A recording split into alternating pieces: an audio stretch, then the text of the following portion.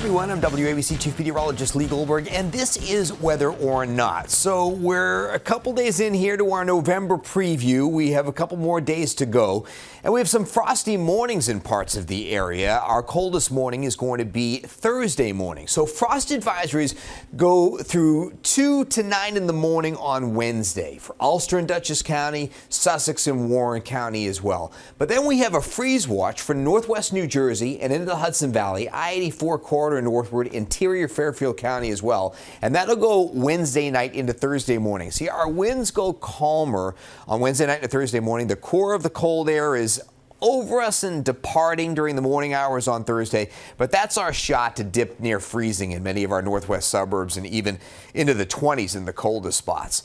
Meanwhile, we have our driest start to October on record, and we are going to continue on this dry stretch for the next week or more. The record dry stretch is 36 days, and that goes back to 1924. In October, the greatest amount of dry days consecutively is 26. That was back in 1973. So we'll see if we can challenge that. We're going to be awful close. In terms of the chill, we have 50s for your Wednesday and most of Thursday, although I could see maybe inching toward the 60-degree mark on the thermometer on Thursday in the city and points south and west. But for the most part, most of the day will be spent climbing through the 50s. And again, we talked about the frosty morning. The extended forecast. Well, we have a big weekend warm-up. It actually gets going on Friday when we get back to slightly above normal temperatures in the mid-60s.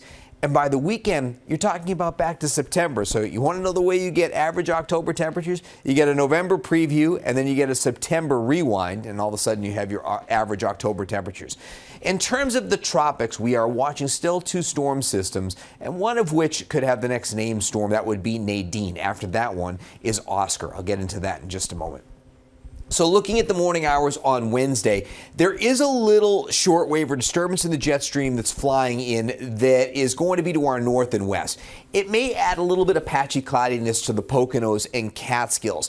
And overall, the air mass is actually slightly modifying from our chill that we had on Tuesday. So our overall numbers in the morning hours are either going to be within a degree or two of our Tuesday morning lows, and in some cases maybe a little higher. So I don't expect a widespread frost, and that's why you're seeing some of your advisories even farther north and west than we saw for Tuesday morning. Figure we start out in the city and the nearby suburbs in the low to mid 40s, some upper 30s down the shore, some mid and upper 30s off to the north and west.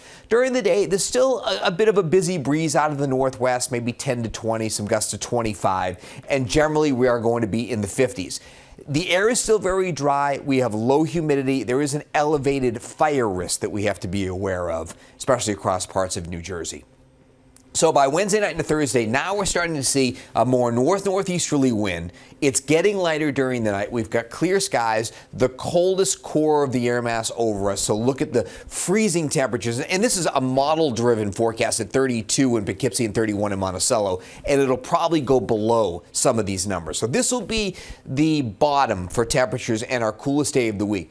The one thing you also notice is there is some cloudiness offshore. There's low pressure developing over the Atlantic and spinning back some clouds. So the trend has been for those clouds to get a little closer to the coastline. So I wouldn't be surprised if along the Jersey Shore, parts of eastern Long Island, we have a little extra cloudiness, maybe waves of that at times coming on shore. The day on Thursday will generally be in the 50s, maybe to near 60. And again, if some of these clouds get a little closer to the city, we will fall short of the 60-degree mark. But a place like Somerville, New Jersey, Morristown, you'll probably hit 60 degrees, and the wind isn't all that bad. So after a cold morning, Thursday afternoon is certainly not as harsh. We should have some sunshine, again, a little cloudiness at the coast. You can see that storm offshore.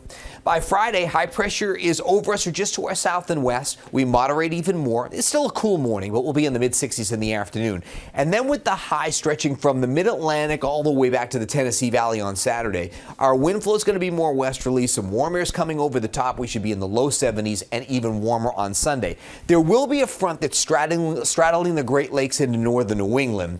And there'll probably be some more cloudiness over the Adirondacks, the Catskills, the Green and White Mountains of New England. So if you're thinking about going to see some of the foliage, which is peaking in the Catskills, we're getting a little past peak here in the Adirondacks and the mountains of New England. But there is a little extra cloudiness to the north, but I don't anticipate any rain shower activity.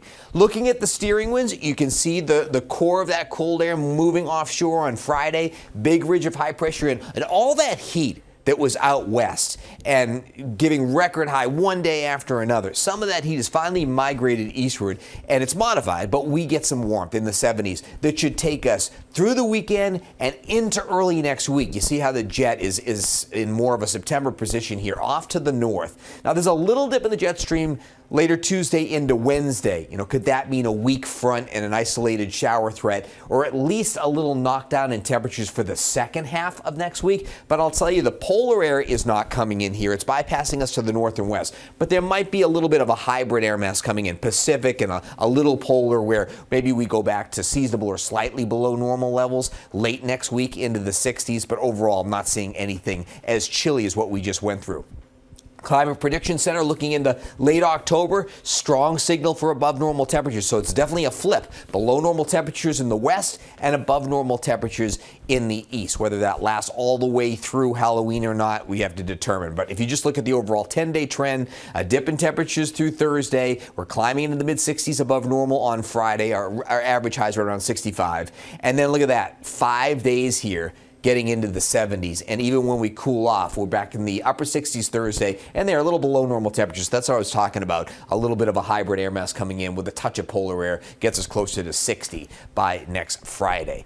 Getting back to that rainfall. So now through the fifth, almost through halftime in October, the driest start on record, couple inches below average. You can look at all of our reporting stations running way below average for the month. And since September 1st, we're nearly 5 inches below average with the rainfall. We now have a small deficit for the year that's closing in on an inch below normal. And our reservoirs are now running 4%, a little more than that, below average levels.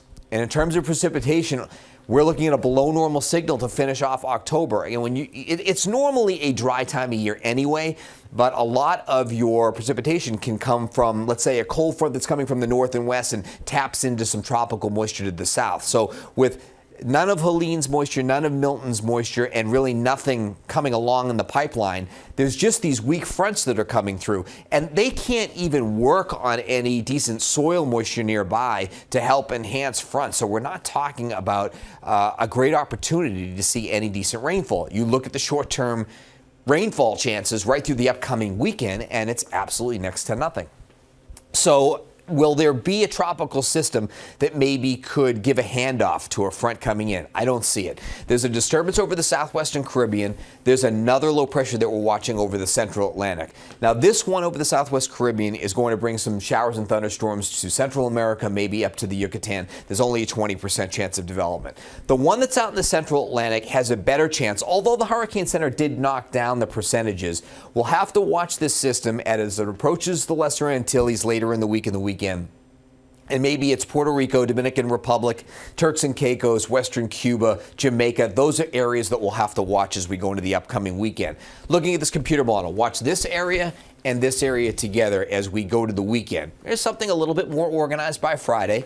There's the storm depicted north of the islands. Maybe there's some rain bands and some gusty breezes in Puerto Rico. No major system and no direct hit, and kind of traveling north of both islands, but definitely in the North Shore, both Haiti and Dominican Republic, into the Turks and Caicos. Maybe we get some showers and thunderstorms. And over the United States, we have this big area of high pressure, and at least through the weekend, we're protected from anything coming northward. I don't think anything's going to the Gulf for sure, but does a piece of this go into the Atlantic? You look early next week, and the system does not look terribly organized, but a piece of it gets sheared and tries to come northward, and another piece goes into the Caribbean. It just doesn't look like there's a window to have any interaction and come up the East Coast. We'll watch it closely. You can see, there's a little bit of low-level spin here. Is there a front coming in where maybe as we go through late next week, and I showed you that drop in temperature by next Friday, is there a possibility that we could maybe team up and get a little moisture then? Possibility, but it's nothing concrete.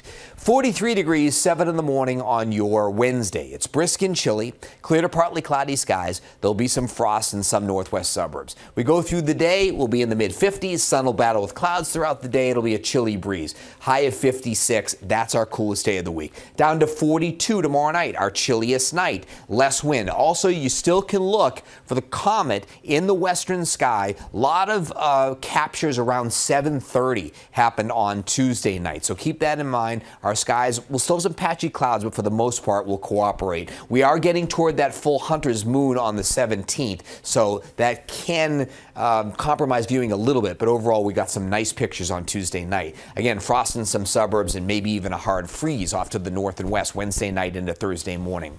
So sun and patchy clouds Wednesday, and then we'll shut down the gusty winds, just be a breeze on Thursday. After a chilly start, the afternoon should be quite nice with mostly sunny skies and around 60. Then we go to a couple days where we'll have abundant sunshine and temperatures will take off. It's still a little cool on Friday morning, but we're at 66 in the afternoon. On Saturday, warmer sunshine, 72. Doesn't stop there. 75 on Sunday, stays warm on Monday in the mid-70s, 70s on Tuesday. I think we'll add another 70-degree day on Wednesday, and then temperatures will start trending down late next week. But again, no significant rain in sight. Your 7-day AccuWeather forecast. It is always on ABC7 and Y. Thanks for listening to Whether or Not. We'll see you next time, rain or shine.